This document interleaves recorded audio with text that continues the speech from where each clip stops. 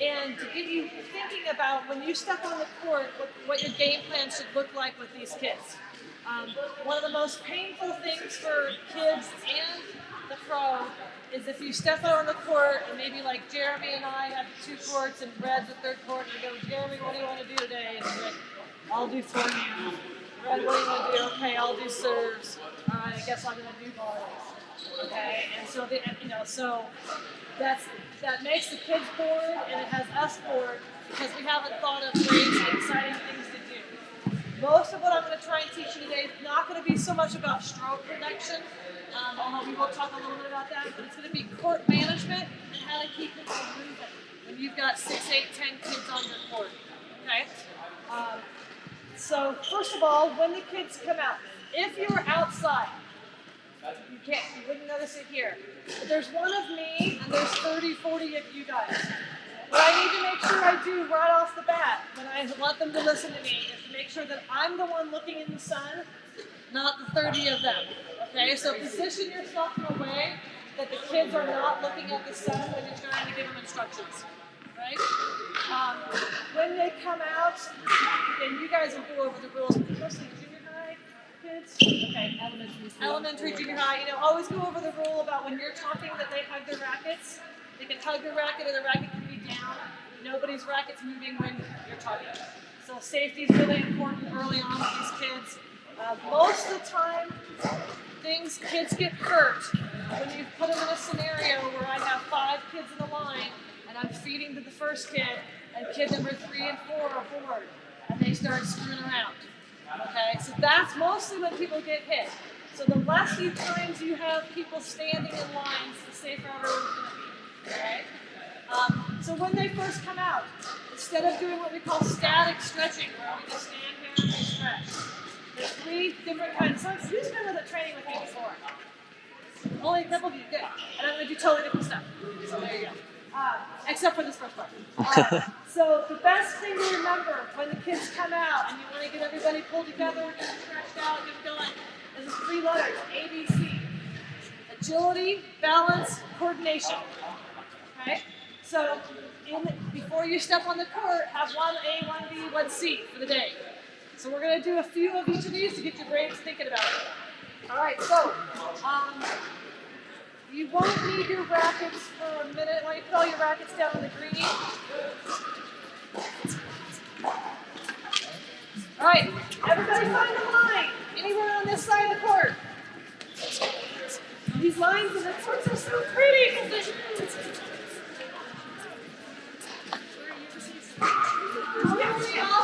Your assistant coach.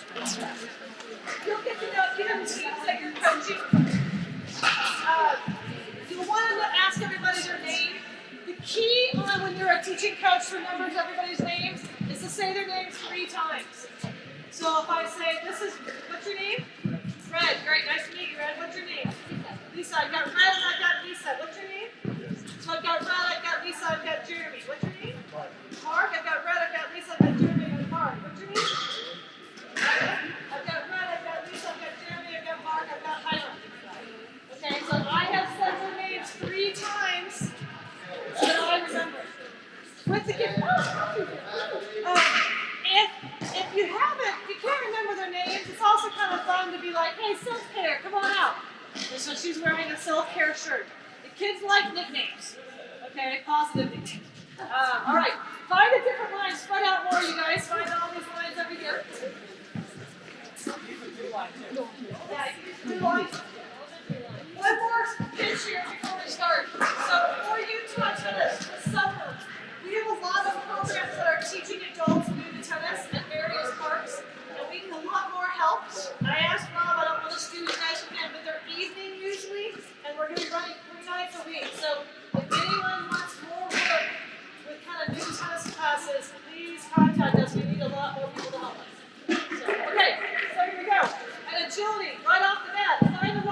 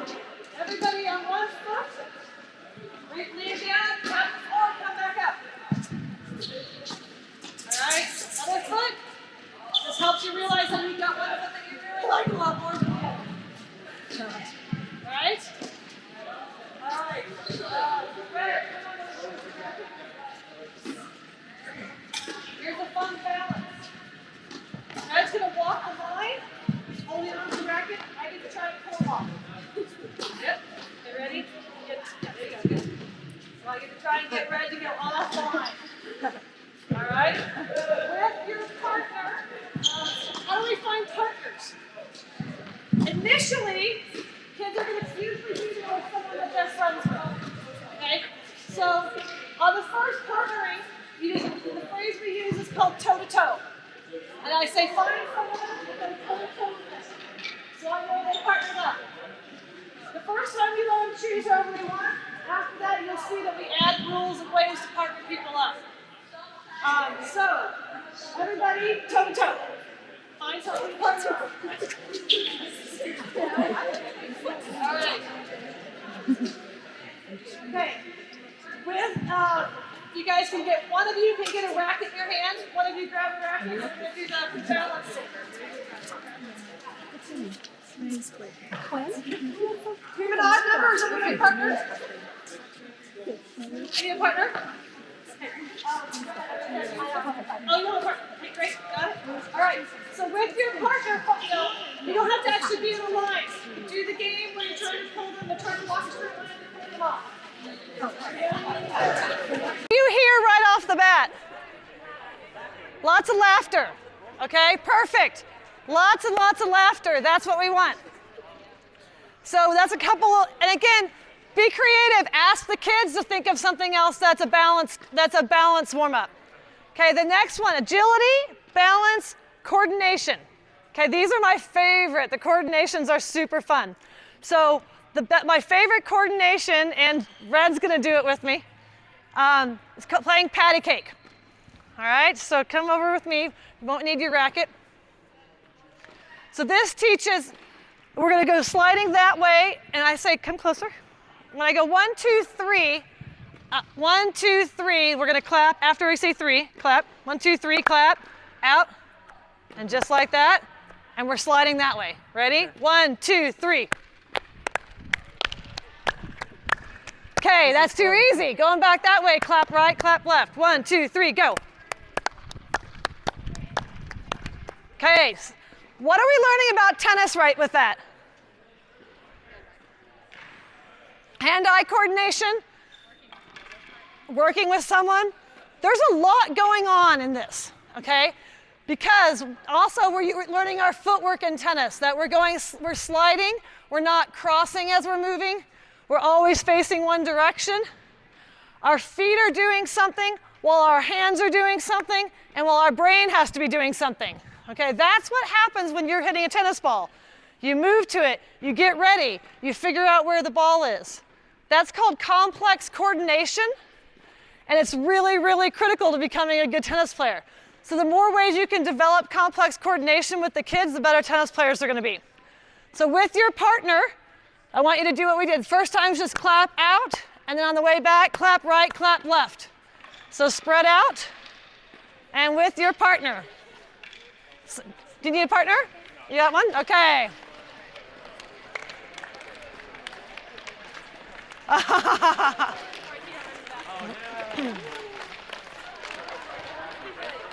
Wow. All right, hold up. With your partner, add something to that. Change the pattern. Do whatever you want. Come up with a new pattern.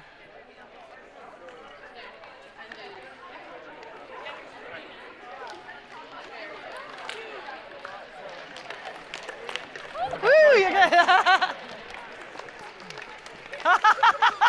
Gotta improvise.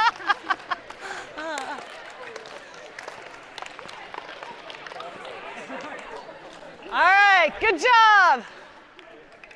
All right, again, everybody's involved, everybody's laughing, everybody's moving, everybody's getting their heartbeat up. So these are good warm-ups, agility, balance, coordination. Okay, and we're gonna do one more. Jeremy. Jeremy's a soccer player generally, so he might not be very good with his hands, so that's why we're doing this. So Jeremy's gonna put the ball in his left hand. I'm gonna have the ball in my left hand. When I say go, you're gonna toss the ball to your other hand, and then toss it straight across. And we go, ready? Sorry, it's a bad toss. And off. Okay, so again, we've got complex coordination going. All right, everybody come grab one ball, head back out with your partner and try this one.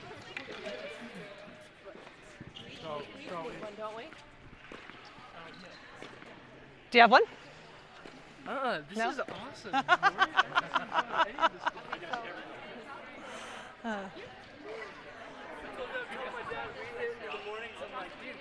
My dad and I are gonna go do some. Yeah. I need that. Yeah.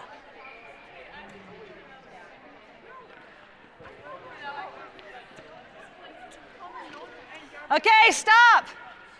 I'm going to mess with your brain. Go the other direction of the circle.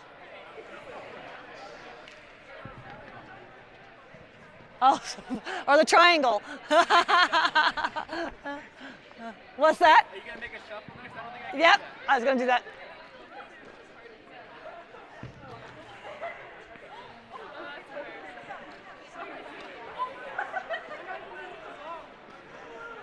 All right, good job, you guys. Okay, we're going to mix up your partners. For your next round of partnership, I was going to say your shorts. You have to find somebody to be your partner. And let me tell you actually before I do this, why we do this. There's always a kid who kind of doesn't fit in, right? And that poor kid, every time you say find a partner, that kid it kind of inside gets kind of sick because I know no one wants to pick them, okay? So if you do these kind of partnerships, everybody knows, like, and you'll see what I'm going to say in a second, that I picked you not because I like you or dislike you, but I picked you because you matched the requirements of what I said we had to do. So this time, everyone find someone to be their partner who's wearing the same color shirt as them. There can only be 2 of you as a partner.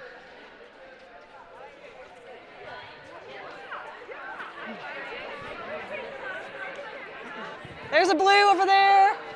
There's some grays.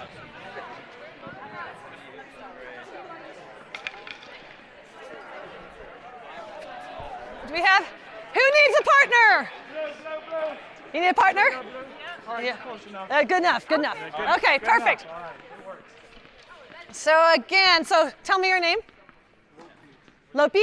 So nobody likes Lopi, but she's just her partner with him because they happen to be wearing the same shirt, right? So, and that's being kind of mean, but that way everyone knows, you know, like you don't really want to be with him, it's not your fault, you just have to be wearing the same shirt, right? Okay, now this time with your partner, we're going to do a little bit of footwork, more kind of a warm-up thing. Red. So I'm going to stand like this, go ahead and go right there. And there we go. On the count of 3, I'm going to go 1, 2, 3. I'm going to toss one of my balls. It's going to bounce, and red has to get it before it bounces twice. Okay, ready? 1, 2, 3, go. Good, excellent. 1, 2, 3, get back. You cheated. Get 1, 2, 3, go. Excellent. Turn around the other way. Yeah. 1, 2, 3, go. Okay, perfect. What? Yeah, I know. There's a mind game going there. Everyone's you're gonna do exactly that with your partner, but what have we learned about footwork in tennis with this drill right here? Gotta be ready to go any direction. Yeah, tennis is not a running game like a marathon. So if you have the kids run laps, maybe that's a fitness thing, but it has absolutely nothing to do with tennis, okay? Tennis is the ball's coming to me, boom, there it is, okay? There's a little bit of an angle that Red was pushing off to. He was waiting for the ball. I didn't tell him to get down, but as soon as we started to do this, he instantly was like this, and he pushes off to the ball.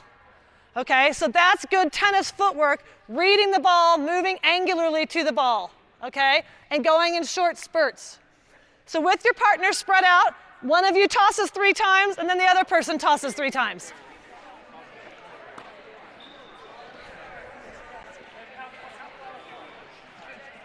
It's about like that.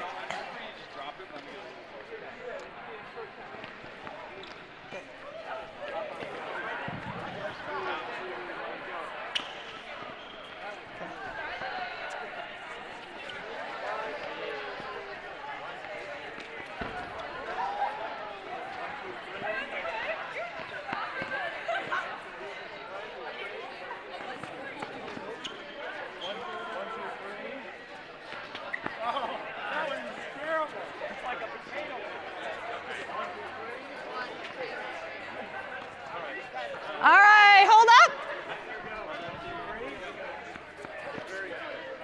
All right, good job. Some of these Yeah. And I'm like, Yeah, I know. Like, All right, hold up, you guys. One of the things I did not do correctly was I didn't teach you how to toss the ball. Okay? And especially if some of the balls are kind of dead. If your hands are here and you drop, that ball's not bouncing very much. So you might have to, based on the balls you're using, you could be using orange balls with the kids or green balls. You want to have your hands up and give the ball just a little bit of pop like that so that they have time to get to it. Okay, so that leads me into, and again, we're not going to do a ton of stroke protection, but I want to do one more thing here about learning how to be good partners with someone.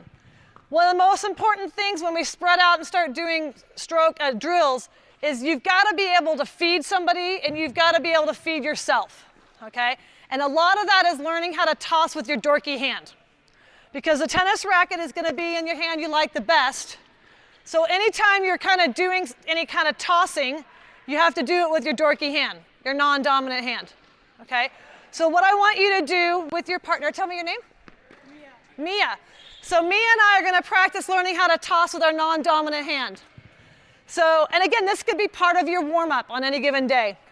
I'm going to learn how to toss to her with what I call a rainbow toss or a McDonald's toss. The ball has the shape of the M. I'm going to toss it about as high as her head, and it's got to bounce once before it gets to her. So I'm just going to go toss, and then she's going to toss it back with the hand she doesn't like. Perfect. Okay? This seems easy because we're all a little bit older. This is not easy for the kids. All right? Go give me one more. Your job as the instructor is after you've shown them how to do it, you always demonstrate something first before you ask them to do it. And your job is to cruise around and make sure they're doing it right. What you'll see right off the bat is this. Okay? So that's what you're looking for is self-corrections. Go ahead and toss it to me. Rainbow toss, bounce, catch. Rainbow toss, bounce, catch. And have him try and catch with a dorky hand also, because your racket's in the other hand. All right, same partnership, spread out. Give me 10 tosses.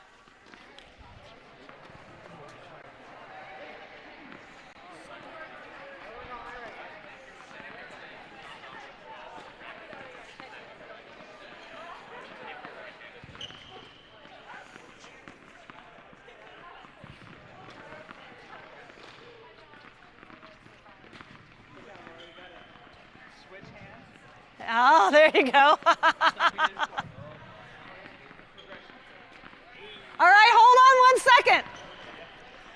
Rob has just come up with a progression, which is one of our words of the day is progression.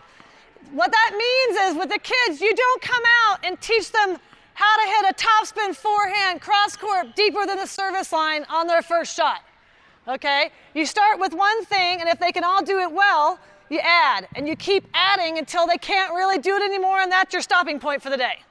So from this, we were just doing tossing. Rob and Jeremy have come up with a progression, which is toss. So this is kind of a combo of what we were doing a minute ago, except now they're tossing. And yeah, toss, bouncing. Very cool. So again, asking the kids to add something to it. So, okay, in your partnerships, one person needs a racket and the other person does not.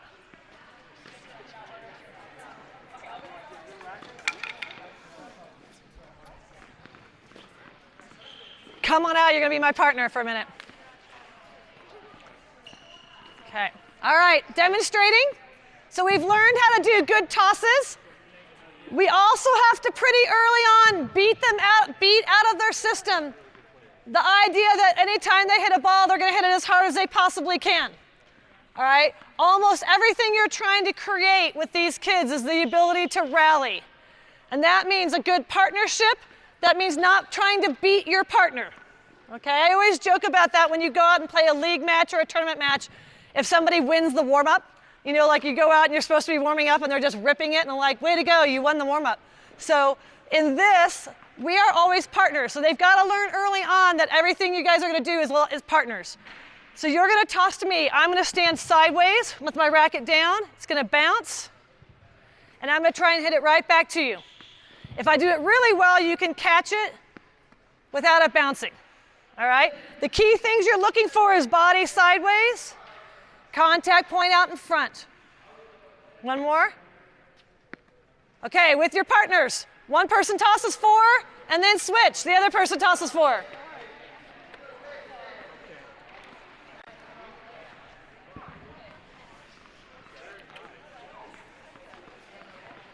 Soft, soft, soft. Don't kill your partner.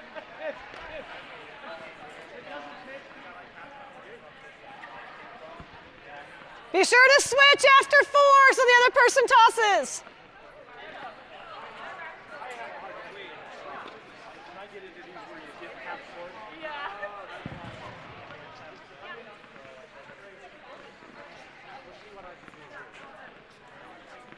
Because I just kind of poke at it. Here we go.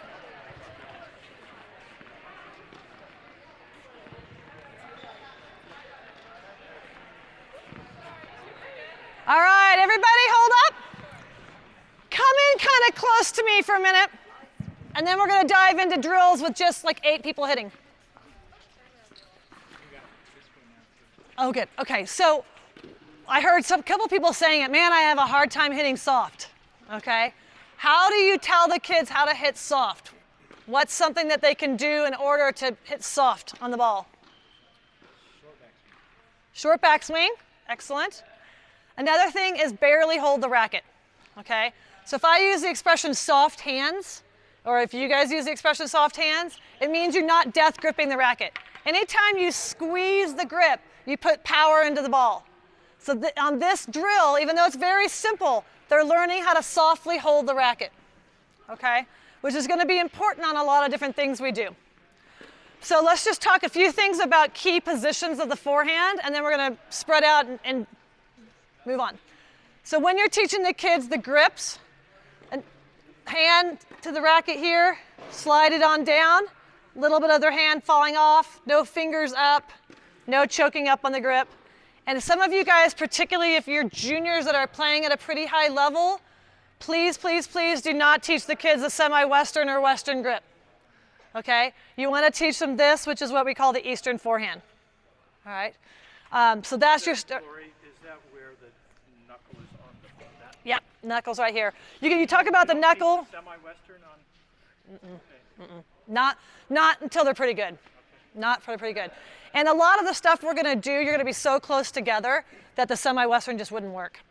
So one of the things we just talked about here was a short backswing.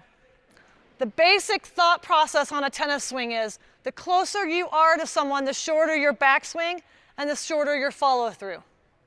So that's why at the net, when you do a volley, there's virtually no backswing and no follow through because you're close. As you scoot back, you can get a bigger backswing and a bigger follow through.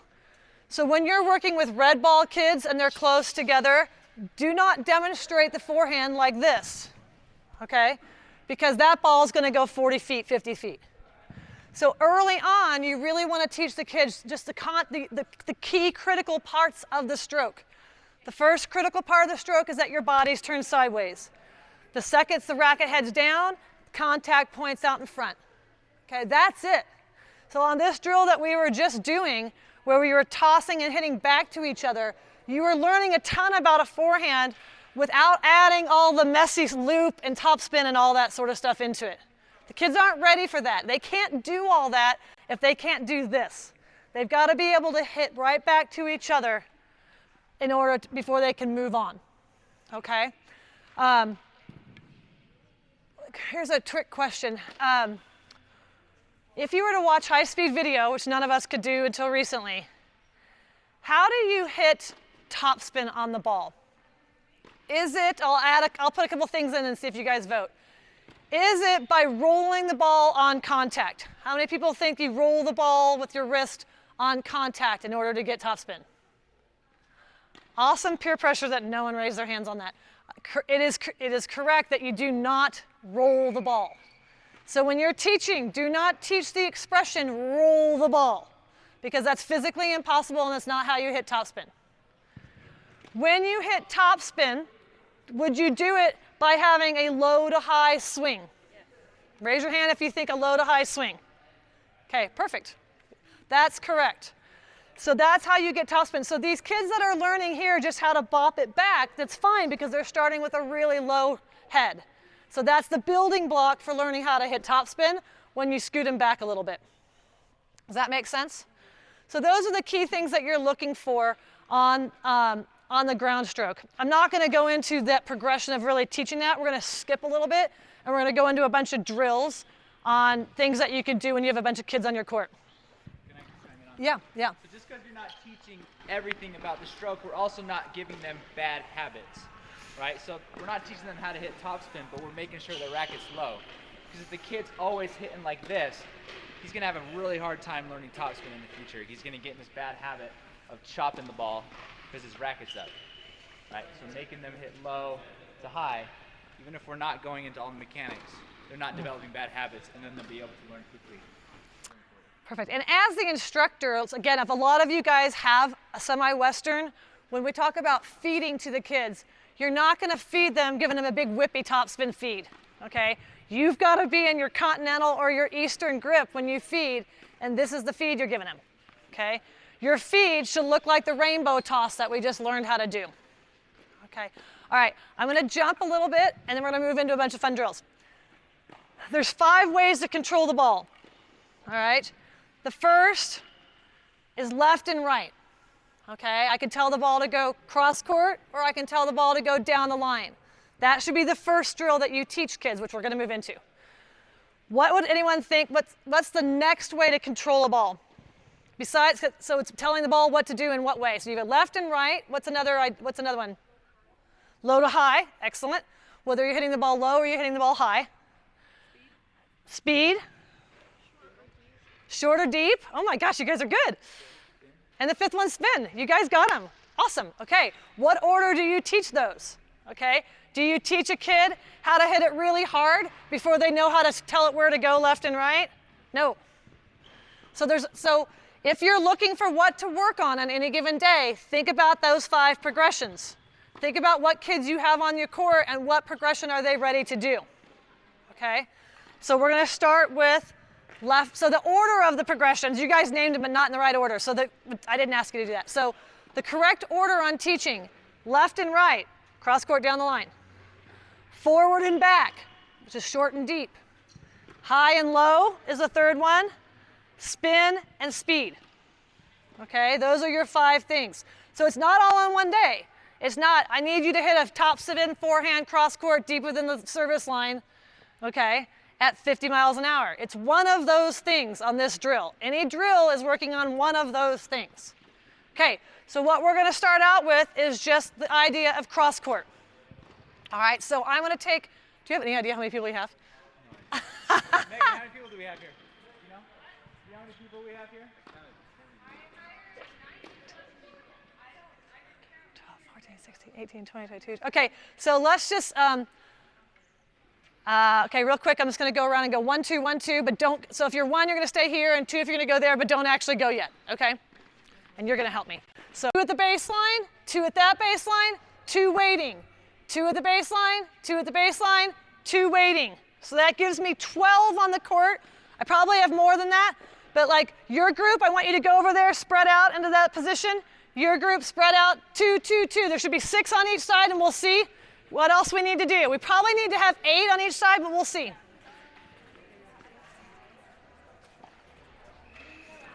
Yeah, you'll need your rackets now. Hey, Red, can you take a basket?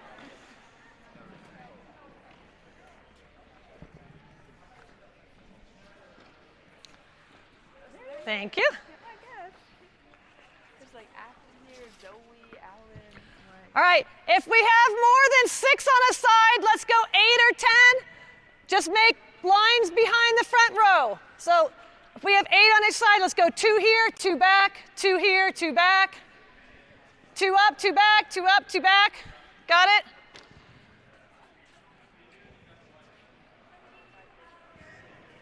At the baseline for right now. I'll move you up in a second, just a second. Okay, can everybody hear me?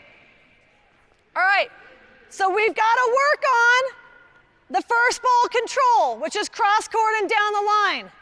If you only know how to hit the ball one way, which one is it?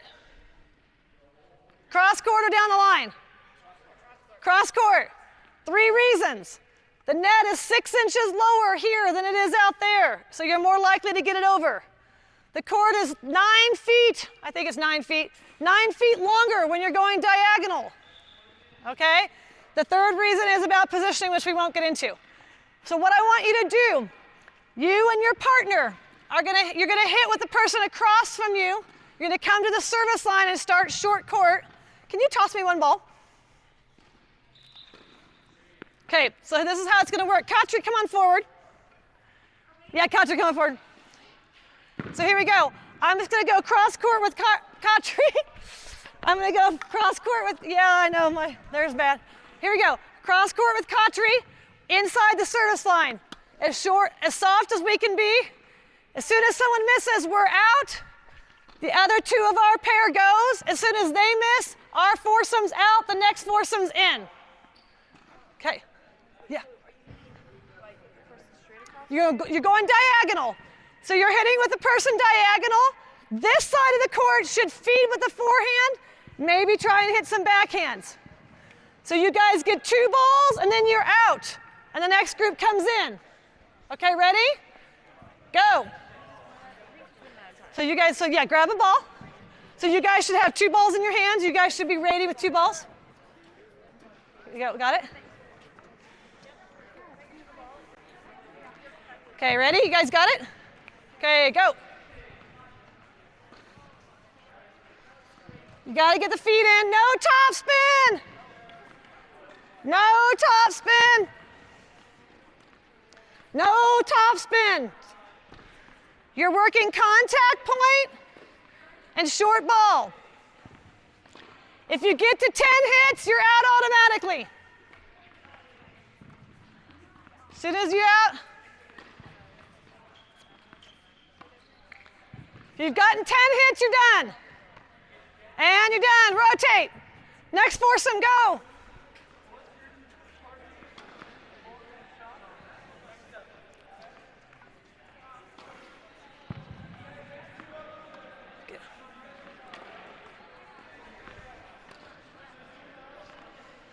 If you get to 10, you're done. Short back swings. Short back swings. Okay, that's 10, you're done. Rotate.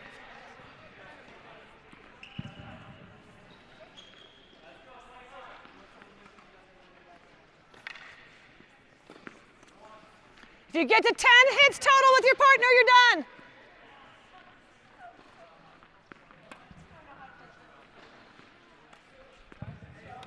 And you're done. Rotate. Next foursome, next pair coming in. Hit. I'm seeing a lot of stepping back to the ball.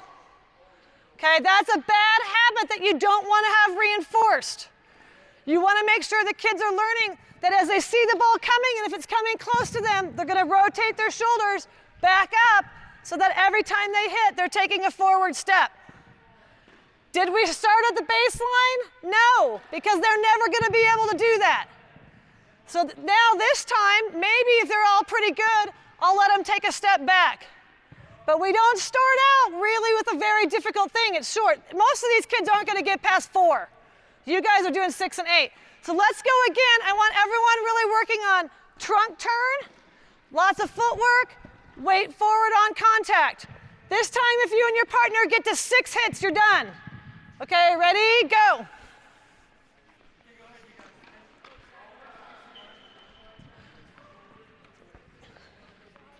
Good, so I'm wandering looking for just those key positions. So as I'm wandering around, I'm only looking for the key positions we've talked. We don't say, you guys are too young, but I'm old.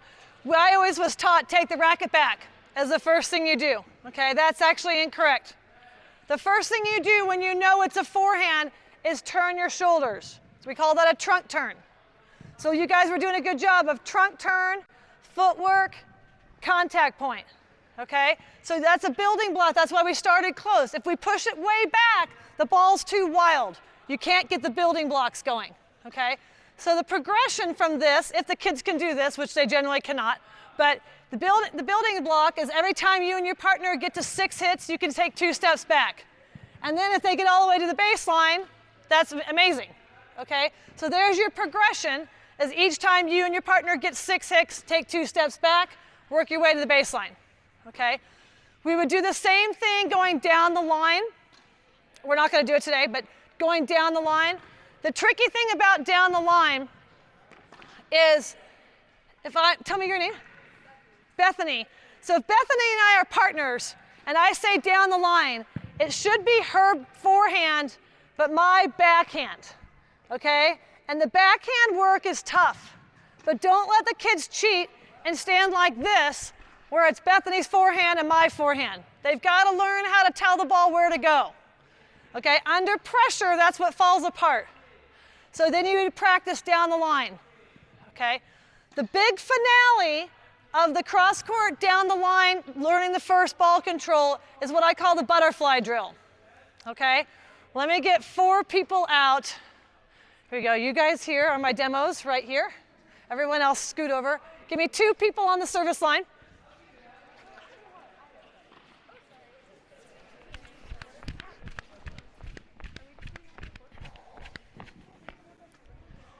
Okay.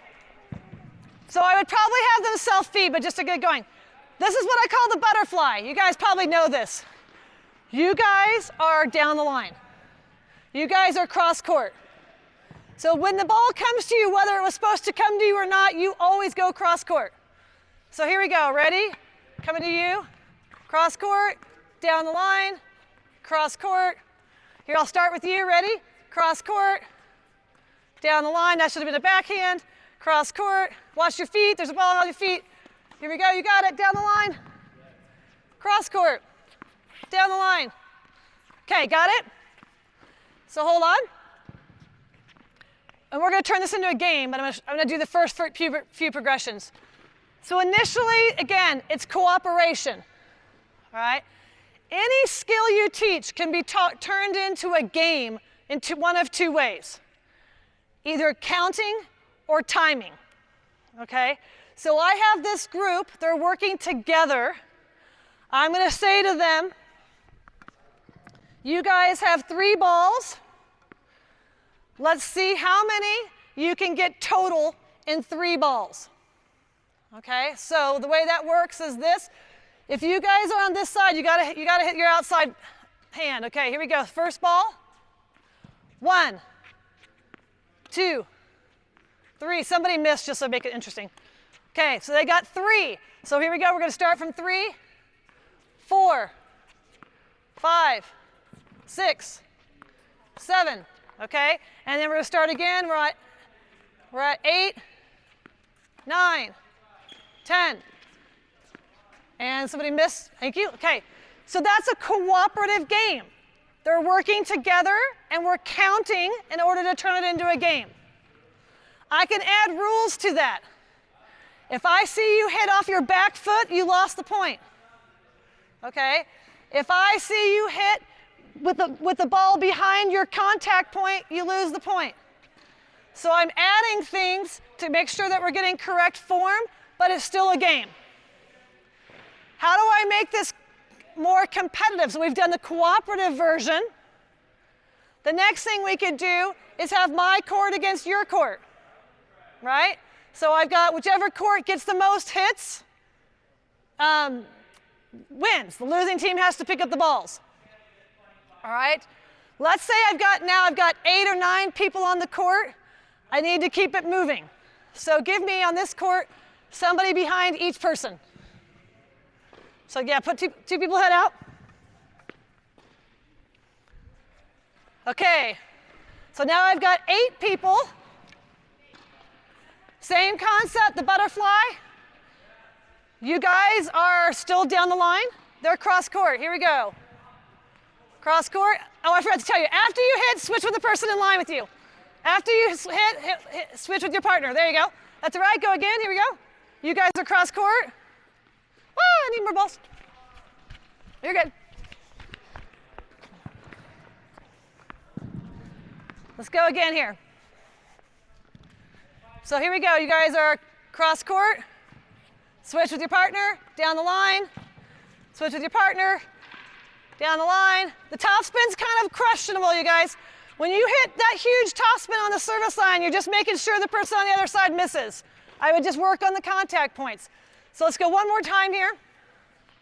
Cross court, lots of feet, down the line. Here we go, down the line.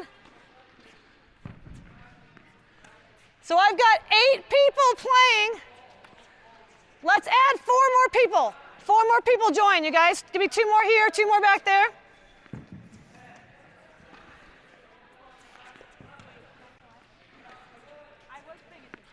Good. So now I've got 12 doing the same drill. And no one's waiting more than 10, 15 seconds before they hit a ball, right?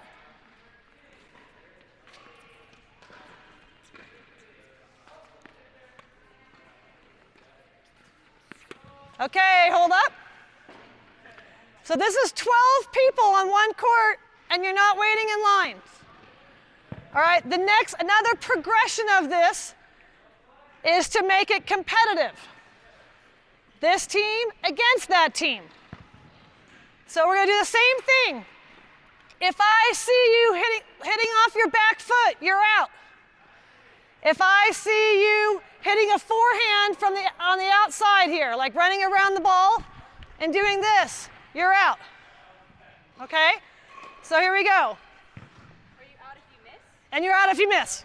Yeah. So if I'm trying to hit down the line, but I accidentally hit across the court, You're out. You're out. Yep.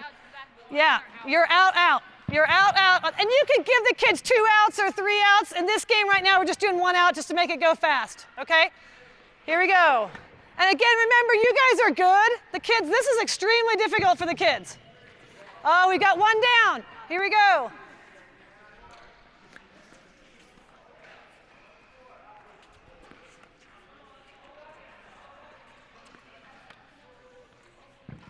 Oh, she's dead. They're dropping over there.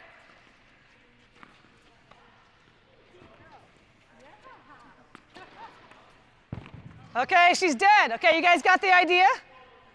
So we went from learning the skill, competing, cooperating together, a game together, and a game against each other.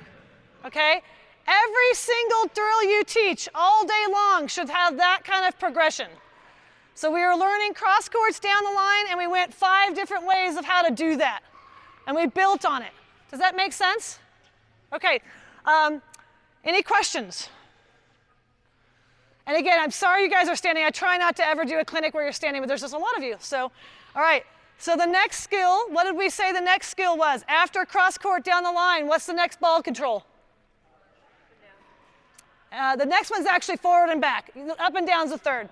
The next one's forward and back. So you guys are going to watch this court for a minute. Give me 12 people on this court, 3, 3, 3, 3 at the baseline. Here we go. So 3 in a line, 3 in a line, 3, 3. At the baseline.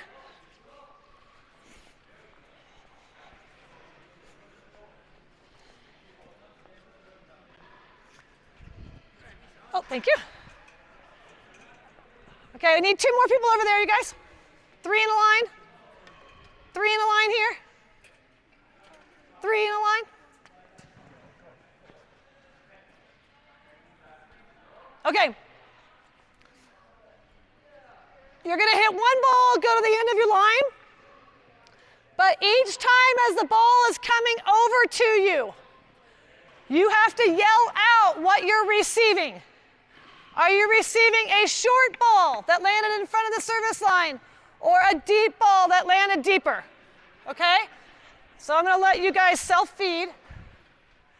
So you call out what you're receiving. So here we go. Feed it. Go ahead and feed it. 1 ball into the line. Just straight across. Yeah, good question. Straight across. So hit and move. Straight. Sorry. Down the line. Down the line now. Here you go. So short. Questionable. Deep. I gotta hear you guys call it out. Keep feeding. Keep feeding. Here we go. Grab a new ball and feed. You guys, there should be balls going. Never should there not be a ball going over there. Go, go, go. I need to hear you call it out. Every ball should have someone yelling. Short. Deep. Deep. Okay, you guys, there's 12 of you. I should hear 12 voices. Here we go. Ready? Deep, loud, loud, loud. Short. Short. Come on, Kyle, I shouldn't be the only one talking. Girls, you're quiet. I need to hear you over there.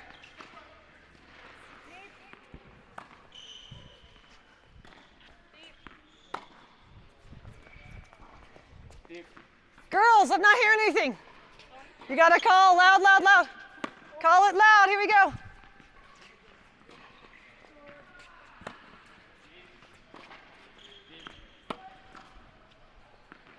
Last ball each.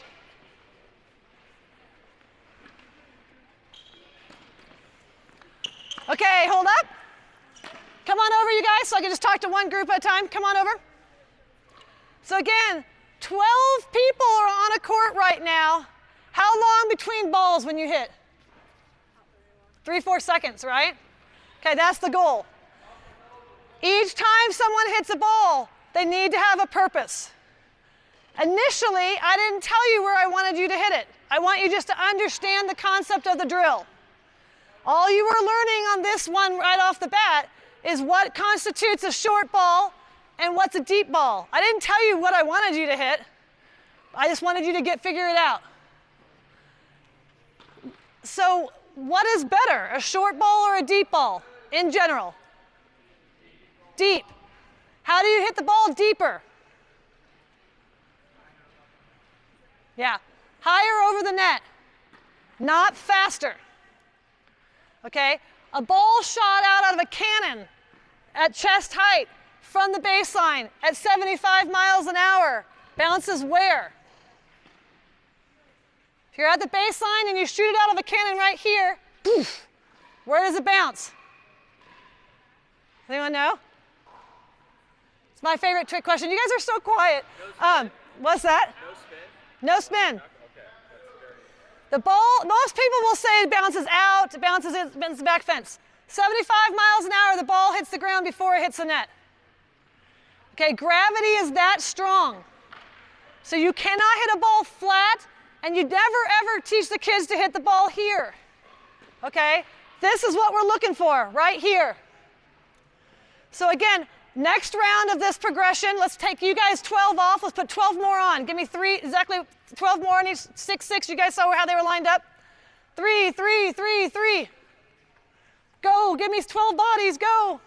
Go, go, go, give me 12 bodies. You guys, 3, 3, 3, 3. Whoever wasn't just playing, go out.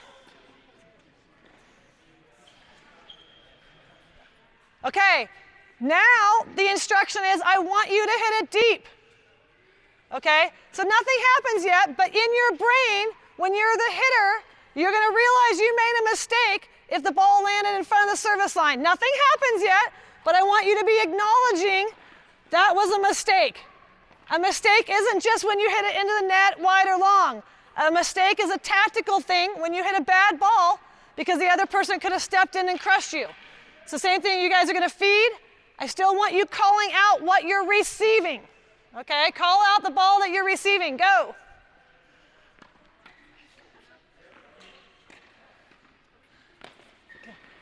Short, you got it? Good. Deep. Short.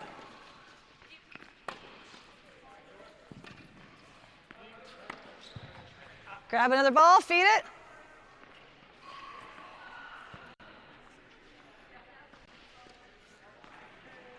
Let's hear you guys calling it out over there.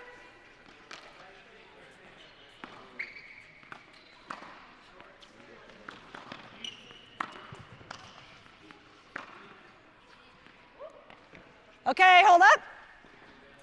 We're going to turn this into 2 courts of games.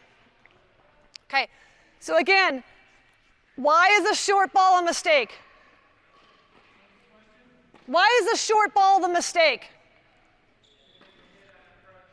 Yeah, because you've invited your opponent to the net. At any level of play, I was watching a presentation yesterday on data analytics on tennis. at any level, girls, 12s, 14s, 16s, 18s, boys, everything, pro, ladies 3-0.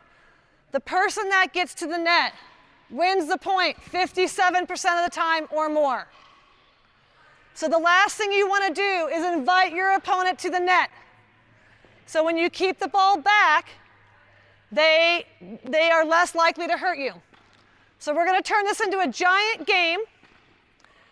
What this game's going to look like is you guys are all one giant team against this giant team, and everyone's going to be playing. If your ball lands inside the service line other than the feed, you have an out. When you personally have 2 outs, you're up against the back wall for your team. The last team to have a body standing wins. Does that make sense? So again, it looks exactly like what we were doing, but if your ball lands inside the service line, the point is over, you stop the ball, that person's out, and you start a new one. Yeah, just one time. So all the people that were on court 1, go over there, spread out half and half. All the 2s come here, spread out half and half. Let's grab up a few balls. Everybody grab balls so there's no balls on the court.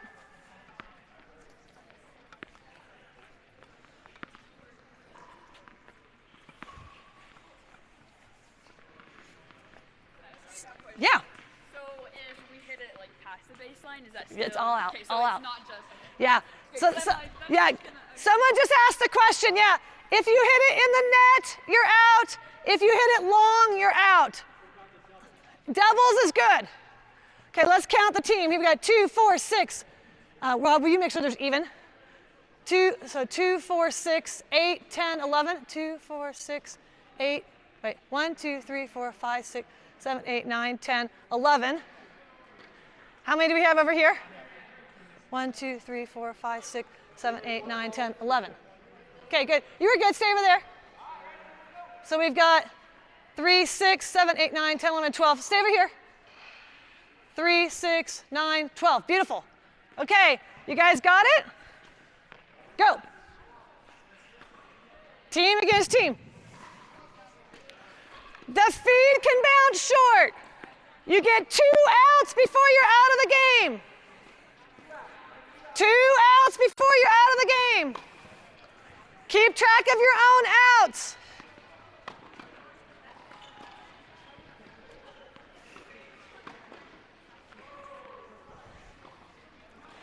The feed is allowed to bounce short. Whoa, that was crazy. Go again on that. If you hit it long or wide, you're out. If you hit it in the net, you're out. And if you hit it short, you're out.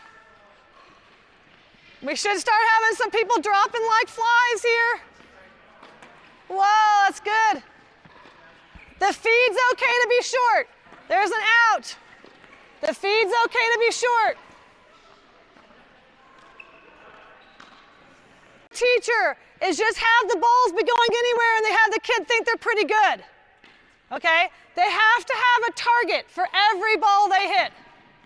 So let's grab we're gonna grab the balls up and come in, but let's talk about ball pickup. When it's time, hold on you guys real quick, hold on. Stop for 1 second. When it's time to pick up, you as the instructor must pick up balls with the players. It is not time to pull out your phone. Okay? When it's time to pick up, the ball pickup should be done in under a minute. So again, time the kids or count. Give them a number of balls they have to pick up. That guarantees there's no balls on the court. So if you think each kid needs to pick up 6 balls and you'll be done, tell every kid they owe you 11 balls. That way, there's no balls left. So everybody on the court owes me 5 balls in the basket and come back into the middle. We'll practice it first. You're gonna go back to the same place where you just were. That side of the court must lob, okay? This side of the court cannot lob. This side of the court is learning how to hit a ball that has been lobbed to them, okay? So just real quick on mechanics on that.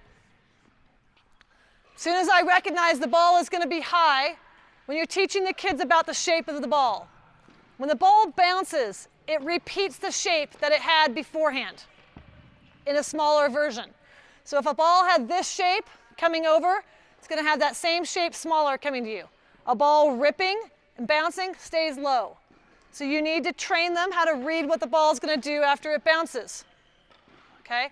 So that's what this drill is initially for, is to understand when this lob's coming over, it's going to bounce high.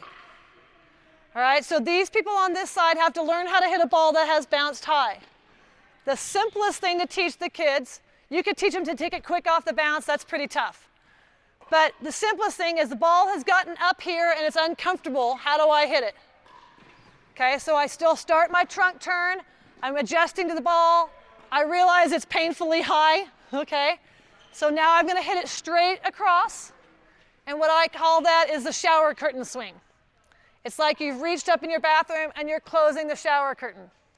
Okay, so you're not pulling down. Most people go, oh my God, this is so uncomfortable, and they bring it down. Okay, gravity pulls the ball down. Don't help the ball down ever. Okay, yeah? Can we hit overheads? No, not in this drill. That would be next, okay? So again, so you're gonna go back to the side. I just want this side practicing how to return a ball that's been high to them, okay? So go back to where you started.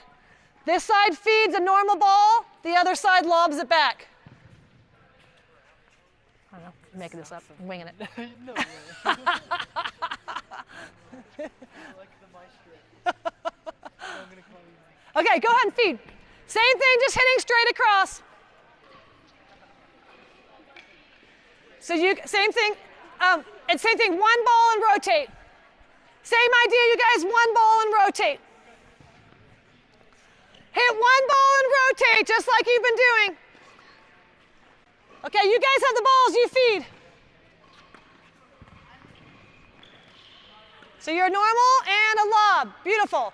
Next person. See if you can get those lobs deep. Good. Next person. Good. Go ahead and feed it again. The lobs. Have they been particularly mean yet, or have you seen a lot of short ones? You've gotten a lot of short balls. So that means you guys need to get those lobs deeper. Where should the peak of the lob be? Should it be here? Actually, no. The peak of your lob should be about here. Okay? If you lob and it lands short, you've just given them a sitter to kill you.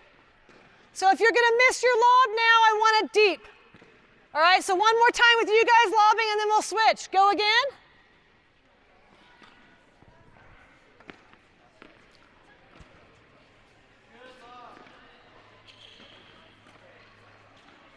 Get that peak past halfway.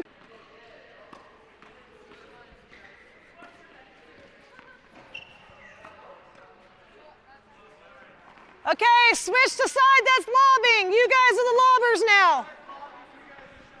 They're lobbing, you hit the regular ball now.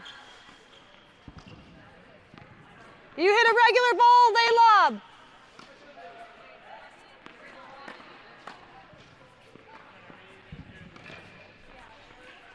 So again, every ball had a purpose. You're learning how to lob. You're learning, lobbing's not that easy, So does it matter how fast the ball is going when you're lobbing? No. There's no reason to put high speed on a lob, okay? The lob just has to land deep and bounce high. So I saw a lot of on the lob. It might work, but a lot of times when you put that much kind of, speed and grip tight on the lob, you're just going to send it long. So again, your goal when you're hitting that lob is to watch the ball peak about 10 feet behind the service line. Okay, I'm going to have Red and Lisa demonstrate something. We're not going to all do it because there's just too many of you, but this is a progression of the same concept of lobbing and recognizing the ball. So I'm going to have all of you guys scoot here. I'm going to have Red and Lisa here, and I'll tell you what you guys are going to do. So Lisa, you're going to go on that side.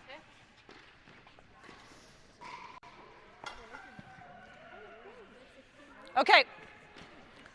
here's how this works. And you guys are going to play half court.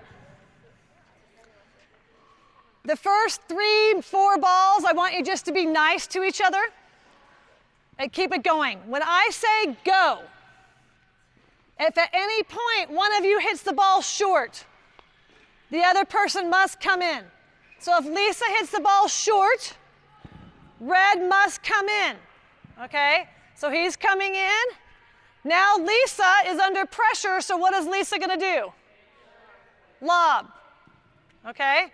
So if Lisa lobs, red has to turn around and come back. What does Lisa do when she does an awesome lob and gets somebody off the net? She comes to the net, all right? And then red can do whatever he wants. All right, so let's see if we can get these guys to do this. First, be nice so we get it going. Yeah, exactly. So again, I made sure that I said to them, the first 3 shots must be nice. Because what's the focus of the drill? The coming in, the lobbing. If they never get past the first 2 shots, the drill's pretty worthless. Okay, so you must be nice. I'll count out 1, 2, 3, then you guys can go. So here we go. 1, 2. Here we go. This is going to be 3. Here we go. 3.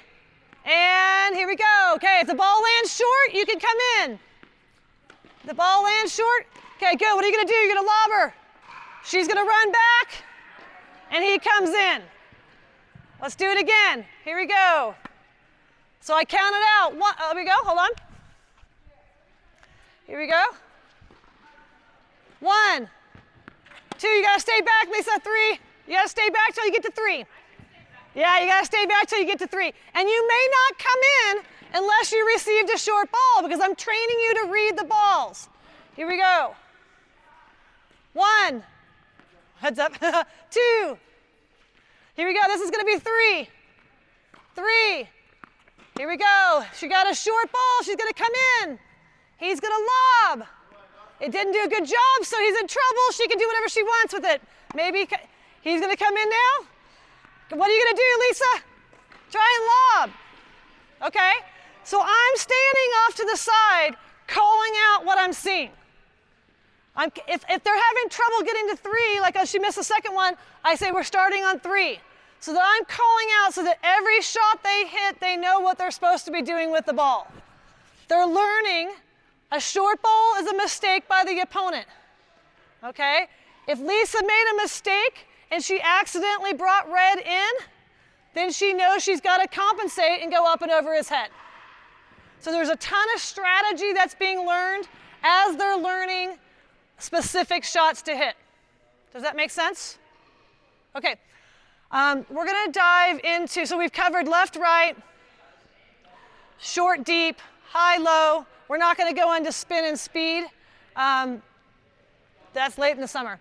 Let's just talk, yeah. I had a variation. I love that because we did like cross courts, and after like 3, if somebody hit, whatever play, kind of short or whatever, and it had to be cross court. Yeah. The minute it was like short, then the other person could. One person always had to hit cross court no matter what. But if there was a weak shot, then they could take advantage and put it away. Yeah. And that's an awesome route. And that's kind of like we're talking. There's, the variations of that are like you have to go cross court 3 shots, and then if you receive a short ball, you can rip it down the line. There's a lot of variations, but again, what I'm trying to help you guys get is every ball they hit has to have a purpose, has a target every single time they hit. Okay.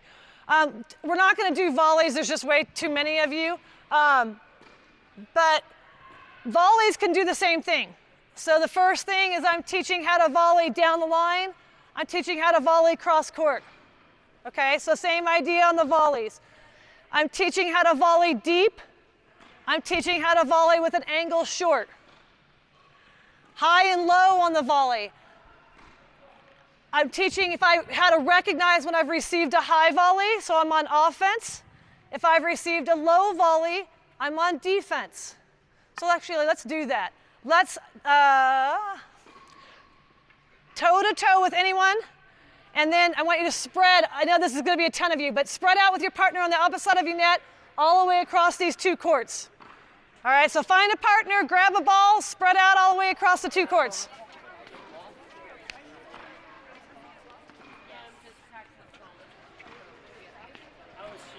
Yeah, and then, so you're going to demonstrate with me here. So hold on, you guys, don't hit any balls yet. Just get across from your partner. Get across from your partner, and then you're going to watch Red and I. Oh, sorry, I just stubbed my hand in there. Sorry, we'll just stay right here on the end. Okay, so heads up. You're going to watch Red and I. Here we go. So Red and I are going to go about 8-9 feet from the service, the net. What we're looking for right now is to try and, this would be like the 5th progression. This is not the first part. But I'm trying to keep Red only being able to receive low balls. I'm trying not to give Red a high ball. When you're teaching volleys, the racket head's higher than the wrist. And if you're down low, the racket head's still higher than the wrist. So you're not going to just drop your head. But we're practicing giving each other bad shots, hard shots, so that the other person cannot do much with it. Every volley needs a step. So we're pressing. We'll do one more. So here we go. Nice and low. Okay? See how much legs I'm using on that? Okay. That's what you're doing with your partner. So give each other as much space as you can. If there's too many of you, just step back for 30 seconds, and then when they miss, step in. Okay? But you're practicing low balls with your partner. So like half of you guys just scoot back. So Matt and I against Brad and Kevin. All right, let's see it. Okay. This is a game from our all-time volley games called Kill to Kill. Okay? The idea is we all must start on the service line, and then we try and close the net and win. What you're teaching the kids here is that I'm going to say the first 4 volleys total have to be hit from here. Okay? What you're teaching them, first of all, is that if you volley down, is in the word in your head when you think volley, if you think down, you will quickly lose this game. Because if you're volleying from the service line, you cannot volley down. You've got to volley out. Right? As you close in, you get a little bit more ability to put away the point. But most people, when they get the ball for the volley, they think kill, and that translates to down. You really want to teach the kids that the volley goes out. So we're going to call out 4 shots before anyone can close in. You can hit either person you want. Here we go. 1, 2, 3, 4. Okay, anything's happening. 0, 1. Let me play to 3. Here we go. 1, 2, 3. Gotta get the 4 of your 4 on the score. 1, 2, 3, 4, 5. Move in. Woo! Okay, where were we? Grab the ball and feed it to us. Hold on, against me. Here we go, sorry. Ready? Here we go. 1, 2, 3. Go. So, got me. Where is he? In. Good job. 1 more. 2, 3, 4.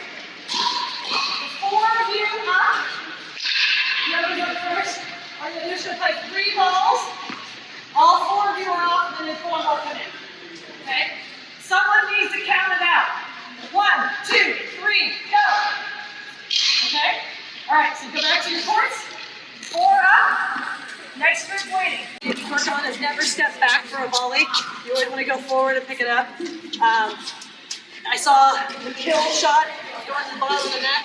Okay, because your brain just goes kill. So remember, out or an angle on those shots. There's a lot going on. That's a really fun game. So again, how do you turn that into, that was cooperative mostly. What do you do to progress that with a group? Maybe you have like 8 or 12 people on the court. How can you turn that into a competition? Well, rather than try to win, see how many times you can keep the volley without it ever bouncing. Right, so you can do that. How many times can you keep it in the air? Everyone's got to stay on the service line. You can't close in. You can have the person who misses is out. The next teammate steps in, so you get to stay in as long as you don't miss. If someone kills the ball against you, if you hit the shot that allowed the other person to kill it, you're out. You can do, we're going to play for 6 minutes. Which team has the most points? We can play first team to get to 10. We can play, if you have 6 or 8 on your team, you stay in 2 or 3 points if you keep winning. So those are all the variations that help you play that same game with 10, 12 people and keep it going. Okay. Question. We're gonna move into serve and return. I'm not gonna teach you how to serve, how to teach a serve. The only thing I'm gonna say really quick on how to teach a serve, 2 things. Teaching the kids how to hold the racket from here down. Please do not use the expression scratch your back. Okay? If you teach the kids, when you teach the kids, the expression you want to use is pat your head. Okay? What's the difference? And you see, if you look at the mechanics of my arm, this is pat your head, this is scratch your back. What's different? My elbows. So you don't want to teach them to have their elbow pointing to the sky. You want the elbow high here. Okay? It really doesn't matter as a server. There's some things that are style and some things that are genetically wrong. It doesn't make any difference on the serve. If I do this, if I do this, if I do this, okay? As long as I get to this point, okay? There's a woman in my 5-0 league who's got the craziest serve. It's so disoriented because she's just doing just a whole lot of shit before she gets back to here. But it doesn't matter because she gets to here. Okay? So this is what's important on the serve. Elbow back. Okay? That's all I'm saying. Okay, so here's the game. So in a tennis point, when you watch the pros and they were to count how many shots are in each point, I want you guys to shout it out. The average, the most common number of shots in a point. Not the most common number of shots in a point would be what? How many shots? 4.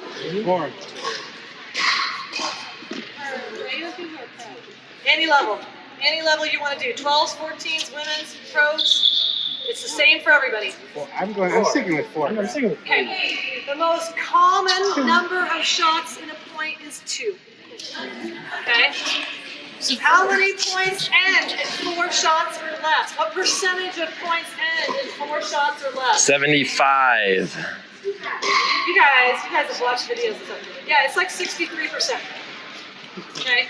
So while it's super important that your player learns how to rally for half an hour from the baseline, the most important thing they need to learn to do is get their first serve in and never miss a return. Okay? That's shot number, serve is number 1, shot is return is number 2. When the server gets the ball again, so I serve to Brad, he returns to me. The next shot I hit is called serve plus 1. The next shot he hits is called return plus 1. Those are the 4 most important shots to practice with kids. And we hardly ever practice the return. We really practice the return very, very little. Okay, so what I'm going to do is give me 4 there and 4 there. I'm just going to show you this drill, but I don't think we have time to do all of us on it. So 4 people over there, 4 people over there. Here you go, Red. Will you take the basket back? 2 are up, 2 waiting. 2 are up.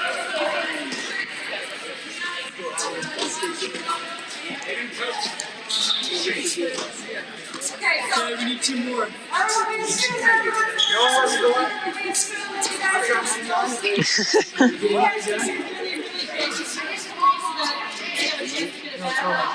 Here's the progression of this concept.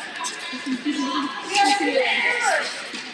All we're going to do is they're going to serve a ball. I can do it, but. Okay? You're going to serve two It might different hurt people. Once to them, and then switch again, and your turn's over. Serve, return, done. Okay? Here we go. Be nice and give a chance to do that. You guys go next to the place next. You guys serve against the next people.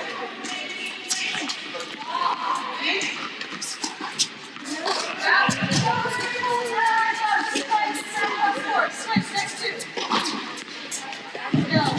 You guys, when they serve, you guys return. They're the focus of the drill. Returner is the focus, so I just return back. Okay? The next thing we would do is go serve, return, +1. Okay? Then we would do serve, return, +1, +1.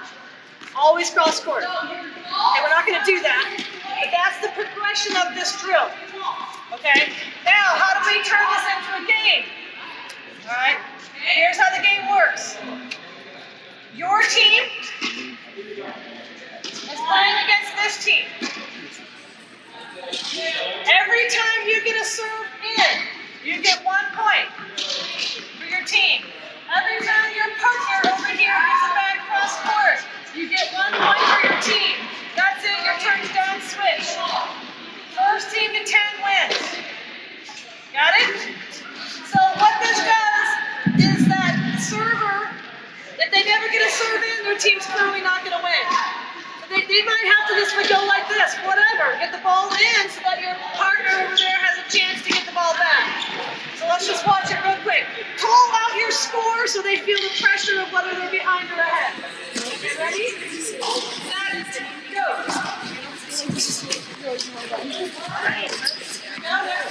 I'll just take my time.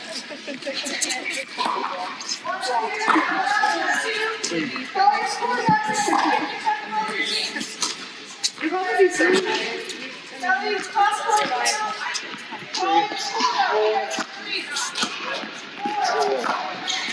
Consistent on calling out the score. Okay? We're going to have the next group come out. Why do I want you to call the score? So you guys keep track.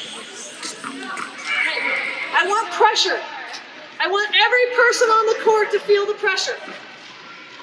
Does anyone here play a musical instrument? Some of you guys? Okay. So I was a competitive piano player, and I could be in my house playing all day long, and if I made a mistake, I'd just kind of fub it and move on. And then when I got to the recital, that one measure that was terrifying at home that I'd always just kind of glossed over, completely falls apart under pressure. Okay? So if you don't so you have to learn the skill first, and then you have to put pressure to see if they can really do it. So when they're calling out the score, everybody on the court knows who's ahead, who's behind. I gotta get this serve in.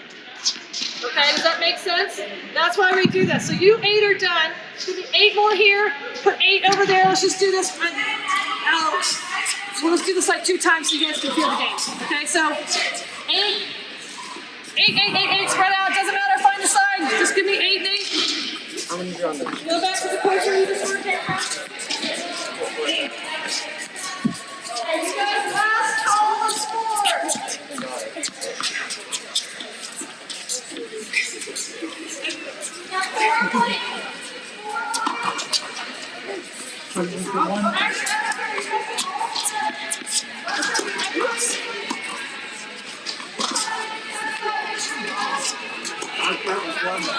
The goal, and you give them a goal, you practice the goals, you turn every goal into a cooperative game, and then you turn everything into a competitive game. Okay? We're out of time, but the ending of every class is the silly game. That's around the world, that's key of the court, that's Russian crush, that's touch the wall, that's jail. Okay? That big silly game at the end is what gets everybody really excited to come back. But that big silly game cannot take place till the last 5 minutes of the class. If you do that game, if you come on the court and you haven't thought about what you're going to do, and the kids are like, can we play jail? You're like, I don't know what else we're going to do right now, so yeah, let's play jail. Okay, then you just gave them the dessert before we had any vegetables.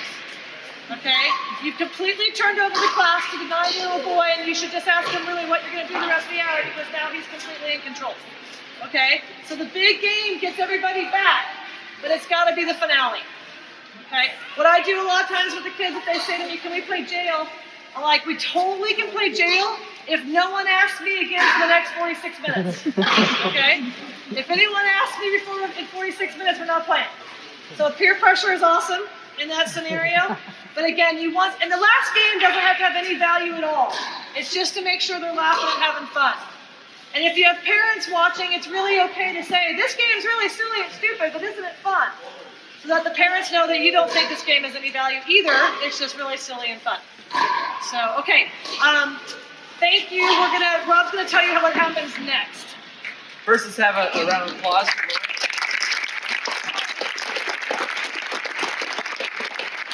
Okay,